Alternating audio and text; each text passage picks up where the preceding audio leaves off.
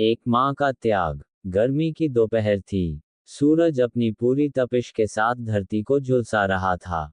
शहर के कोने में एक पुरानी, जर्जर सी झोपड़ी में सीमा अपने बेटे रोहन के साथ रहती थी। पति का साया उनके सिर से कई साल पहले उठ चुका था। सीमा दूसरों के घरों में काम करके किसी तरह अपने बेटे का पालन पोषण कर रही थी। रोहन बहुत होशियार था। उसकी आंखों में बड़े सपने थे। वह पढ़ लिख कर अपनी मां को इस गरीबी से बाहर निकालना चाहता था। लेकिन हालात इतने आसान नहीं थे। स्कूल की फीस, किताबें और रोजमर्रा की जरूरतें, सब कुछ एक चुनौती बन गया था। एक दिन रोहन उदास घर लौटा और मां से बोला, मां, स्कूल में सभी दोस्त नए कपड़े पहनकर आते हैं, अच्छे बैग लाते हैं, और मेरे पास तो फटी हुई किताबें हैं। ये कहकर उसकी आंखों में आंसू आ गए।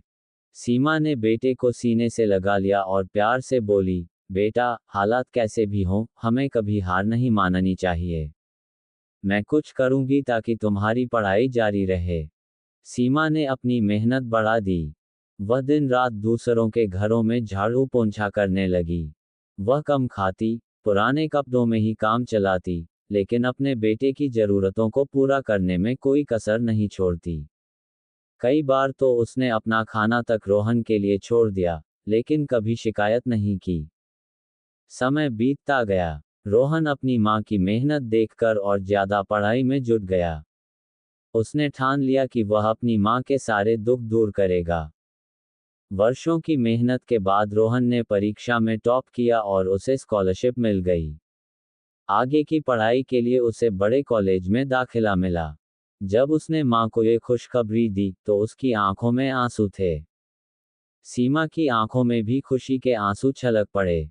उसने रोहन को गले से लगाते हुए कहा, मेरा सपना था कि तुम एक दिन अपने पैरों पर खड़े हो जाओ। आज मेरा सपना पूरा हो गया, बेटा। कुछ सालों बाद रोहन एक बड़ी कंपनी में अधिकारी बन गया। जिस दिन वह अपनी पहली तनख्वाह लेकर घर आया, उसने मां के पैरों में रख दी और कहा, मां, अब तुम्हें काम करने की जरूरत नहीं। अब मैं तुम्हारा ख्याल रखूंगा। सीमा की आंखों में गर्व और सुकून था। उसकी सारी तकलीफें, सारे संघर्ष एक पल में हल्के हो गए थे। यह एक मां की ममता और त्याग की जीत थी। मां का त्याग कभी व्यर्थ नहीं जाता।